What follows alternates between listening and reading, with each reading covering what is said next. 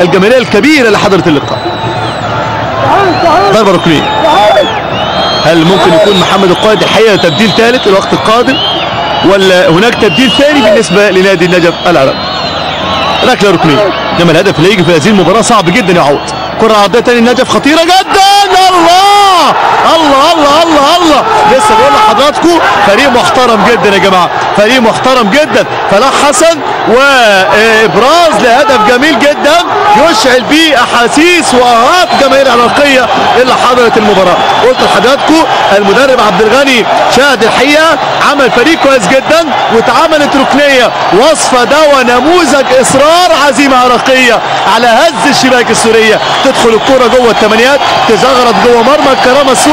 المباراه هتشتعل في اخر 18 دقيقه على نهايه احداث اللقاء. هو ده الكلام يا جماعه. الحقيقه هناك 50% زي ما قلت لحضراتكم، وهناك جماهير ليست بالقليله حضرت هنا لمؤازره الفريق العراقي نادي النجف العراقي، فريق المجتهد والمحترم تماما اللي عمل مباريات ايجابيه في هذه البطوله. مباراه كبيره جدا جدا. اكيد الكرامه في الوقت القادم مش هيسكت، اكيد الكرامه لم يعرف هذا الفريق اطلاقا في السنوات الاخيره، وخصوصا في دوري ابطال اسيا الخساره على هذا